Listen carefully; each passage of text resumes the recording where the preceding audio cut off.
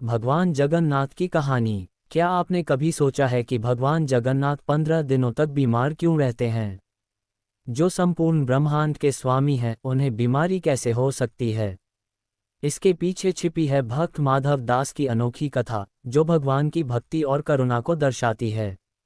जगन्नाथपुरी का रथ उत्सव विश्व प्रसिद्ध है, परंतु रथ उत्सव से कुछ दिन पहले ज्येष्ठ पूर्णिमा के दिन जगन्नाथ प्रभु को 108 घड़े जल से स्नान कराने की प्रथा है। 108 घड़े जल से स्नान करने के बाद जगन्नाथ भगवान बीमार पड़ जाते हैं। 15 दिन बीमार रहने के बाद जब ठीक होते हैं तब नैनासर उत्सव मनाया जाता है। परंतु सोचने वाली बात यह है कि जो पूरे ब्रह्मांड का मालिक है, जिसके लिए इस पूरे ब्रह्मांड में कुछ भी ऐसा नहीं है जो नहीं किया जा सकता, वह बीमार कैसे पड़ सकता है? बीमार होना एक मानवीय घटना है।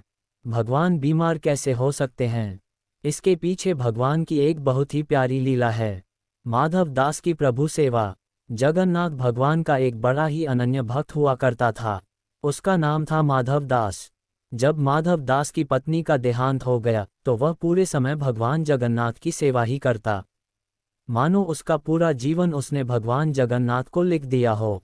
सेवा के बाद जो मिलता वह खाता और वहीं भगवान जगन्नाथ के मंदिर के पास अपनी कुटिया में सो जाता। सालों बीते, पर माधव दास किसी भी दिन भगवान की सेवा से नहीं चूकता। दिन तो बहुत बड़ी बात है, वह किसी क्षण भी भगवान की सेवा से नहीं झुकता। जब माधव दास बूढ़ा हो चला तब वह बीमार रहने लगा। लोगों ने उससे कहा, अब आराम किया करो, तुम बूढ़े भी हो गए हो और बीमार भी रहते हो। परंतु माधवदास किसी की नहीं सुनता, बस अपनी प्रभु सेवा में लगा रहता। अपने दास की सेवा माधव ने की। एक बार की बात है, माधव दास बहुत बीमार हो गया। लोगों ने उससे कहा, वैद्य के पास जाओ, दवाई खाओ। परंतु माधवदास सबसे कहता, जिसके माथ पर हो जगन्नाथ का हाथ, उसे किस बात की चिंता? भगवान है ना, वह सब देख लेंगे। यही कहता और निरंतर अपनी प्रभु सेवा में लगा रहता। एक दिन वह अपनी कुटिया में बीमारी के वजह से बेहोश हो भूमि पर गिर पड़ा। तब प्रभु जगन्नाथ प्रकट हुए। आम मनुष्य भेष में उन्होंने माधव दास को उठाकर चारपाई पर लिटाया। फिर उसके पास रहकर ऐसे माधव दास की सेवा करने लगे मानो एक माँ अपने नवजात शिशु की करती हो। माथे पर पट्टी देकर उसका ज्वार कम करना, उसे काढ़ा पिलाना। माधव दास बहुत ही कमजोर हो गए थे। उसकी सोचने समझने की शक्ति भी बहुत कम हो गई थी। वैकुंठ का सुख। धीरे धीरे जब माधव दास ठीक होने लगे तो एक दिन उन्होंने भगवान को पहचान लिया। पहचानते ही माधव दास प्रभु के सामने हाथ जोड़कर जोर जोर से रोने लगे। रोते हुए कहने लगे, प्रभु आप ये क्या कर रहे हैं? मैं आपका भक्त हूँ, मैं आपका दास हूँ, आप मेरी सेवा क्यों कर रहे हैं प्रभु? अपने भक्त के आंसू भगवान श्री हरि ने पोंछकर उन्हें अपने हृदय से लगा लिया। प्रभु के हृदय में लीन होकर फिर कौन सी आस और लालसा बाकी रह जाती है? माधवदास को जीवित होते हुए इसी धरती पर साक्षात वैकुंठ का अनुभव हो रहा था। प्रभु ने उसके पीठ को सहलाते हुए उसे चुप कराया। कर्मफल का सिद्धांत। सुबकते हुए माधवदास ने श्री हरि से कहा, हे प्रभु, हे परमानंद, हे परमात्मा, आप तो त्रिलोक के स्वामी हैं।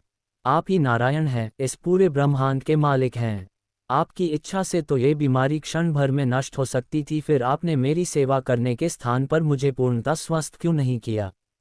भगवान ने मुस्कुराकर माधवदास से कहा, हे प्रिय, कर्मों का फल तो भोगना ही पड़ता है। कर्म का चक्र ही नियति है। यदि मैं तुम्हें अभी तुम्हारी पीड़ा से मुक्त कर दूं तो भी आगे चलकर तो तुम्हें यह कष्ट भोगना ही पड़ेगा। संसार में जो भी कर्म होते हैं उसके निश्चित कर्मफल भी होते हैं। सृष्टि ऐसे ही चलती है।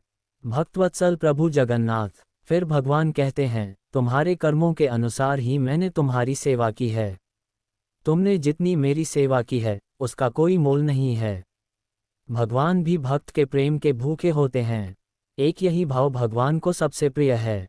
तुम्हारा प्रेम मेरे लिए सेवा हो सकता है, तो जब तुम्हें सेवा की आवश्यकता है तो मेरा प्रेम भी तुम्हारे लिए सेवा हो सकता है। हे मेरे प्रिय माधव दास, तुम्हारे कर्मों का फल तो अवश्य मिलेगा, पर तुम्हारी भक्ति से मैं इतना प्रसन्न हूं कि तुम्हारे बचे का कष्ट अब मैं अपने ऊपर लेता हूं।